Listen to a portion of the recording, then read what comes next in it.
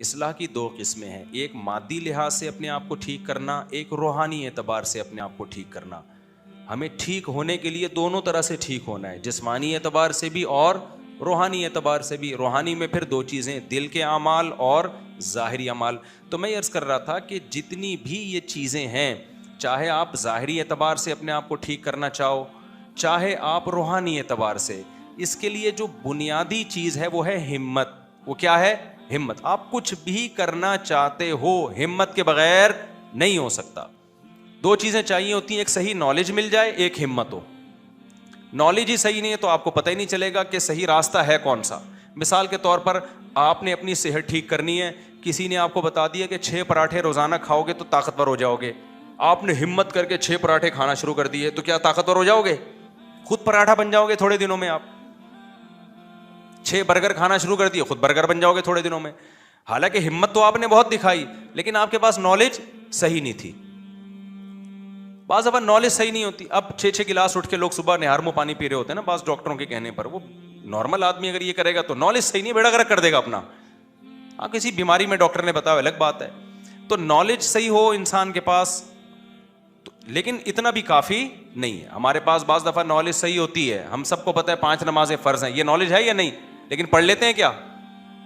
فجر میں جتنے نمازی اور جمعے میں نمازی، جمعے میں ہمت ہوتی ہے، فجر میں پتہ نہیں کیا مسئلہ ہو جاتا ہے، اٹھا ہی نہیں جا رہا ہوتا۔ تو یہ حالانکہ اگر اس اللہ کو نہ مانتے تو جمعہ بھی نہ پڑھتے نا۔ پھر ہندو پڑھنے آتا ہے جمعے کی نماز، ہندو سے آپ بولو تو فجر کیوں نہیں پڑھتا، وہ کہتا ہے میں تو عید بھی نہیں پڑھتا بھائی، میں اسلام کو مانتا ہی نہیں ہوں۔ ہم سے اگر یہ کوئی پوچھے کہ تو فجر کیوں نہیں پڑھتا، اگر وہ جواب میں کہ میں اسلام کو مانتا ہی نہیں، تو ہم کہیں گے پھر جمعہ کیوں پڑھنے آیا تو؟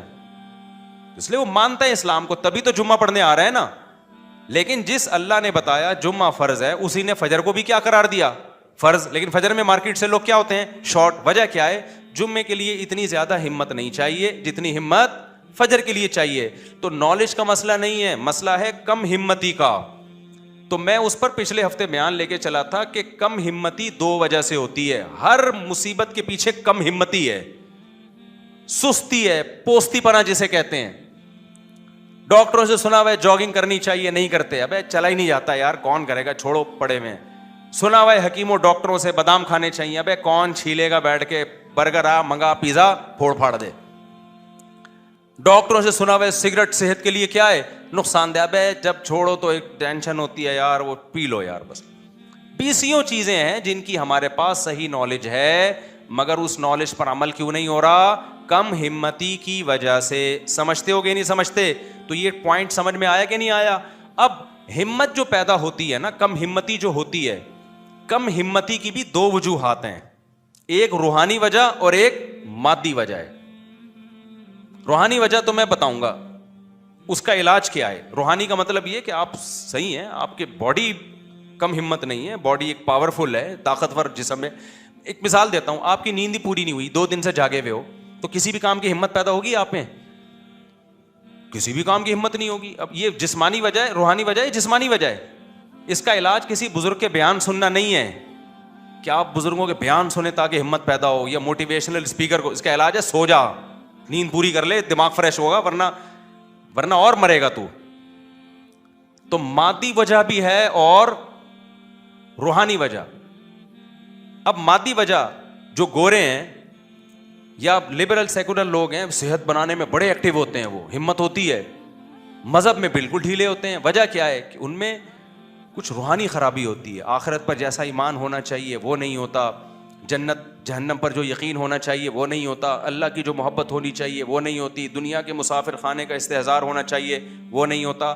تو دونوں چیزوں کو جب تک، دونوں قسم کی بیماریوں کو ٹھیک نہیں کرو گے، اس وقت تک ہمت پیدا نہیں ہوگی۔ اور یاد رکھو، کم ہمتی ایک ایسی بیماری ہے، آخرت تو تباہ ہوتی ہے، دنیا بھی برباد ہوتی ہے کم ہمت آدمی کی۔ دنیا میں سست اور کم ہمت کو زندہ رہنے کا حق ہی نہیں ہے، مر جاتے ہیں یہ لوگ، اور زندگی ان کی موت سے بدتر ہوتی ہے، موت سے بدتر زندگی ہوتی ہے۔ تو کم ہمتی ختم کرنے کے لیے میرے بھائی اپنی خوراکوں کو بھی ٹھیک کرنے کی ضرورت ہے، لائف اسٹائل کو چینج کرنے کی بھی ضرورت ہے۔ میں بہت دنوں سے سوچ رہا ہوں، ہمارے استاذ میرے شیخ و مرشد مجھے کہہ رہے ہیں آپ لوگوں کو بیعت کریں بیعت کریں۔ میرے ذہن میں آ رہا ہے کہ میں جو اگر بیعت لڑکوں کو شروع کر دوں نا، تو اس روایتی انداز سے نہیں چلوں گا میں، کیونکہ ہمارا سب سے بڑا مسئلہ دینداروں, چاہے دینداروں بے دینوں, سستی ہے. بیعت کرنے کے بعد اگر میں نے شروع کر دیا نا تو انسان کا بچہ بنانے کے لیے میں ان کو صبح بھگواؤں گا, بس صبح دوڑ لگانی پڑے گی, نہیں تو جاؤ اپنے گھروں میں بیٹھو. بعض دفعہ خانقاہ میں لوگ آتے ہیں کھا کھا کے اور گردن کیا ہو جاتی ہے. ویسے تو اللہ کا شکر ہے ہمارے اکابر نے جو خانقاہوں کا سلسلہ چلا ہے اس سے بڑے بڑے اللہ والے لوگ پیدا ہوئے, چست لوگ پیدا ہوئے.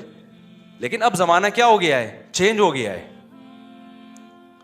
اب ہم نے اپنے شیخ کی خانقاہ میں ٹائم گزارا, ہمارے حضرت ایسے ایکٹیو تھے, ایسے ایکٹیو, میں واقعات بتاتا رہتا ہوں, ان کو دیکھ کے ہمیں موٹیویشن ملتی تھی. تو سب سے اہم چیز ہے یہ کم ہمتی کو ختم کرنا. اور یاد رکھو کم ہمتی میں روحانی علاج تو بعد میں شروع ہوگا, وہ جن چڑیل بھوت والا نہیں, روحانی جو سچی مچی والا روحانی علاج ہے. لیکن اس سے پہلے کچھ خوراکیں ہیں جن پہ کنٹرول کیے بغیر ہمت کا پیدا کرنا ممکن. آپ صبح 3 پراٹھے کھا کے آپ سمجھو کہ اب میرے اندر دن بھر کام کاج کی ہمت پیدا ہوگی, نہ نہ نہ. 3 پراٹھے پھوڑ دیے آپ نے پوریوں کے ساتھ تو آپ ہو گئے ٹن. دیکھو اتوار کو لوگ کیا کرتے ہیں, صبح دیر تک سوتے ہیں نا, آج تو چھٹی ہے, اس کے بعد جا کے حلوہ پوری کھاتے ہیں, اس کے بعد پھر سو جاتے ہیں. کیا خیال ہے؟ اب ایسے آدمی کو میں جنت جہنم کے فضائل سناؤں, ذکر اللہ سکھاؤں, یہ پھر بھی ٹھیک ہونے والا, کیونکہ اس میں گلوکوز اتنا بڑھ گیا ہے. یہ ہمارے پیغمبر نے کیوں کہا ہے کم کھاؤ؟ یہ پیغمبر کا ٹاپک تھوڑی ہے کہ زیادہ کھاؤ یا کم, یہ تو ڈاکٹروں کا ٹاپک ہے. کیا خیال ہے بھائی؟ ابے کیا کھانا ہے کیا نہیں کھانا یہ پیغمبر کا ٹاپک نہیں ہے, یہ ٹاپک میڈیکل سائنس کا ہے. لیکن پھر بھی پیغمبر ہمیں کہہ رہے ہیں کم کھاؤ کم کھاؤ, روزے رکھو. اس کا مطلب اس کا مذہب سے تعلق ہے. زیادہ کھانے والا, ہر وقت کھانے والا, پراٹھے پھوڑنے والا اور برگر پھوڑنے والا وہ نیک بن ہی نہیں سکتا. وہ سست ہو جائے گا, توندے نکلیں گی, آڑا ترشا ہوگا, ٹیڑھا میڑا ہوگا, ہر جگہ جہاں بیٹھے گا لیٹ جائے گا, وہاں پہ اٹھے گا ہی نہیں. پولیس آئے گی اس کو اٹھانے کے لیے, اور پولیس بھی 1 گھنٹہ لیٹ آئے گی کیونکہ وہ بھی حلوہ پوری کھا کے بیٹھی ہوئی ہے. پولیس اس کو اٹھانے کے لیے آئے گی مگر وہ بھی 1 گھنٹہ لیٹ, وہ بھی تو حلوہ پوری بریانی کھا کے بیٹھے ہوئے ہیں. وہ بھی ہر پوری قوم سست ہے یا نہیں ہے؟ تو اس میں دونوں طرح سے اصلاح کی ضرورت ہے. ایک خوراک پہ کنٹرول کروانا, خوراک پہ کنٹرول مطلب چھوڑ دو کھانا پینا, اتنا کھانا ہماری صحت کے لیے ضروری. آپ کو یاد ہے میں نے پچھلے ہفتے بیان کیا تھا, اتوار کو مغرب کے بعد میں نے بیان کیا 1.5-2 گھنٹہ, اس کے بعد پھر عشاء کے بعد میں نے 1-1.5 گھنٹہ بیان کیا, بڑی فریش ہو کے بالکل. تو میں اس میں کم کھانے کی ترغیب بھی دے رہا تھا. تو میں نے لوگوں کو ایک بات بتائی, میں نے کہا میں نے 24 گھنٹے میں اب تک کچھ نہیں کھایا ہے, اور آپ دیکھو میں کتنی پاور سے طاقت سے بیان کر رہا ہوں. نہیں آئی سمجھ میں؟ کیسے نہیں کھایا تھا؟ ایک دن پہلے میں نے روزہ رکھا, مغرب میں نے افطار کیا, تھوڑا سا کھایا مغرب میں, اور پھر 10 بجے میں نے کھانا کھایا تھا. 10 بجے کے بعد اگلے دن مغرب میں نے افطاری نہیں کی. مجھے پتا تھا مغرب میں نے افطاری کر لی تو مجھ سے بیان نہیں ہوگا, کیونکہ میں کیا ہو جاؤں گا, ٹن. تو میں نے 2 کھجوریں کھائیں اور لیمبو پانی تھوڑا سا پی لیا, بس فٹ فاٹ ہو گیا بالکل. ایسی انرجی آ جاتی ہے آدمی میں. اس کے بعد عشاء تک میں نے بیان کیا, پھر 1 گھونٹ وہ جو لیمن کا پانی تھا نا اس میں شہد ڈالا ہوا تھا, 1 گھونٹ وہ پی لیا, پھر 2 گھنٹے بیان کیا ہے. میں شو مارنے کے لیے اللہ کی قسم یہ واقعات نہیں بننا, میں اتنا نیک ہوں کہ میں 24 گھنٹے میں 1 دفعہ کھاتا ہوں. ہو سکتا ہے میں آپ سے ڈبل کھا رہا ہوں, لیکن آپ کو بات تو صحیح بتانی ہے نا مجھے. یہ جو ہم نے مسلط کر لیا ہے نا, کھاؤ کھاؤ کھاؤ, صحت زندہ رہنے کے لیے بہت ضروری ہے اتنا کھانا, بالکل غلط ہے. نبی صلی اللہ علیہ وسلم نے فرمایا ابن آدم کے لیے 2 لقمے بھی بہت ہیں. طعام الواحد یکفی الاثنین, ایک آدمی کا کھانا 2 کے لیے کافی ہے. کم کھاؤ کم کھاؤ, اچھا کھاؤ کم کھاؤ. اب اگر میں جو روزہ افطار کیا کھجوروں سے کیا نا, اور لیمن واٹر سے, چینی نہیں شہد ڈالا اس میں, اگر میں اس میں کم کھاتا لیکن کھاتا 2 پکوڑے, پھر شاید یہ انرجی, وہ پکوڑے بیان کے دوران بتا رہے ہوتے کہ اب ہمیں ہضم تیرا باپ کرے گا کیا. میں سمجھا پا رہا ہوں اپنی بات؟ ایکٹیو رہنے کے لیے اپنی خوراک کو کنٹرول کرنا ضروری ہے. جو دیندار لوگ پھوڑ رہے ہیں نا اس وقت, اس میں نیک بننے کا تصور دماغ سے کیا کرو بھائی, نکال. جب سست ہوتا ہے دماغ, آپ کے باڈی گلوکوز سے, انسولین سے, میٹھا جب جائے گا تو انسولین نکلے گی نا اس کو, ہضم کرنے کے لیے. تو سارا دن تو انسولین اور شوگر کے پھٹے چل رہے ہیں آپ کی باڈی میں, سارا دن تو اسی میں الجھی ہوئی ہے وہ باڈی, تو کرے گی کیا وہ؟ اس لیے ہمارے مذہب کا حصہ ہے. دیکھو ہر قوم میں کچھ مذہبی کھانے ہوتے ہیں, اسلام میں مذہبی کھانا کچھ بھی نہیں ہے. اسلام میں ہے کہ نہیں کھانا. ایک واقعہ سنا کے بس بیان ختم کرتا ہوں, یہ ٹاپک اگلے ہفتے بھی میں لے کے چلوں گا. انسان کا بچہ اس کے بغیر میرے بھائی بننا ممکن نہیں ہے. پھوڑے جا رہے ہیں. یہ بخاری مسلم کی حدیث ہے, صحیح حدیث ہے کہ اس امت میں جو سب سے پہلے جو خرابی آئے گی نا, برائی آئے گی, وہ زیادہ کھانا آئے گی. جھوٹ آئے گا اور زیادہ کھانا, جھوٹی گواہیاں اور زیادہ کھانا, یہ سب سے بڑی برائی ہے اس امت میں. حدیث کا مفہوم پیش کر رہا ہوں. تو ہر قوم میں کچھ کھانے ہوتے ہیں نا, ہندوؤں کے یہاں کچھ مخصوص قسم کی لڈو ہوتے ہیں, وہ ان کے یہاں کھانا ہے, فلانے کے یہاں یہ ہوتا ہے, فلانے کے یہاں یہ ہوتا ہے. اسلام میں کیا ہے؟ اسلام میں کہ نہیں کھاؤ. یہ ہمارا مخصوص شعار ہے کہ ہم روزے رکھ کے کھانا پینا کیا کرتے ہیں, چھوڑ دیتے ہیں. وہ واقعہ سناتا ہوں, مولانا قاسم نانوتوی رحمۃ اللہ علیہ تھے یا کوئی اور بزرگ تھے, ان کا مناظرہ ہوا ایک ہندو پنڈت سے. مناظرے ہوتے تھے نا انگریز کے دور حکومت میں, بڑے مناظرے ہوتے تھے. تو ہندو پنڈت نے کہا, آمنے سامنے جب آ کے بیٹھے, ہندو پنڈت نے کہا کہ یہ پتہ نہیں ایک دیگ ہے یا دو دیگیں ہیں, اتنی بڑی دیگ انسان سے 20 گنا بڑی ہوتی ہے وہ, تو میں یہ دیگ کھا جاؤں گا. انسان کھا سکتا ہے؟ ناممکن ہے. تو میں یہ کھاؤں گا, یہ معجزہ ہوگا نا کہ اتنا سا پیٹ لیکن پوری میں نے ہضم کر لی. آپ بھی دیگ کھا کے بتاؤ. اگر آپ نے دیگ کھا لی, اس کا مطلب آپ کا مذہب سچا ہے کہ خدا کس کے ساتھ ہے؟ بولو, آپ کے ساتھ. وہ آپ کی مدد کر رہا ہے کہ اتنی بڑی دیگ اس نے ہضم کروا لی. اگر میں نے کھا لی اور پیٹ خراب نہ ہوا, ہضم ہو گئی ہے, میں مرا نہیں, تو اس کا مطلب بھگوان کس کے ساتھ ہے؟ میرے ساتھ ہے. کہ ایک معجزے ہوتے ہیں نا کہ بھئی جو چیز عقلاً ممکن نہیں ہے وہ ہو گئی, تو اس کا مطلب اس کے پیچھے خدائی طاقت ہے. انہوں نے پھر تھوڑی دیر کے بعد کہا, دیکھو بھائی یہ دیگیں کھانا یہ بھینسوں کا کام ہے, انسانوں کا کام نہیں. انسان کا کام ہے خواہشات پہ کنٹرول کرنا. بھوک لگ رہی ہو پھر بھی نہ کھائے, یہ ہے کام. تو ایسا کر, میں بھی ایک ہفتہ بھوکا رہ کے دکھاتا ہوں, تو بھی ایک ہفتہ بھوکا رہ کے دکھا. جو ایک ہفتہ بھوکا رہ کے بھی زندہ رہ گیا, اس کا دین سچا. اس کا مطلب خدا کس کے ساتھ ہے؟ اس کے ساتھ.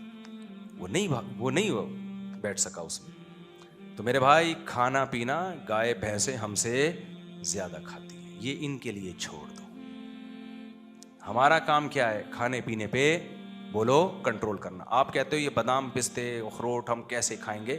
جب آپ ادھر سے چائے کا خرچہ اور یہ پان گٹکوں کا کم کرو گے نا, تو میں نے کیلکولیشن کر کے دیکھی ہے کہ مہینے کی چائے یہ بادام سے زیادہ مہنگی ہے. آپ کیلکولیشن کر کے دیکھ لو, پستوں سے اخروٹوں سے بولو زیادہ مہنگی, دودھ سے زیادہ مہنگی پڑتی ہے یہ سب چیزیں.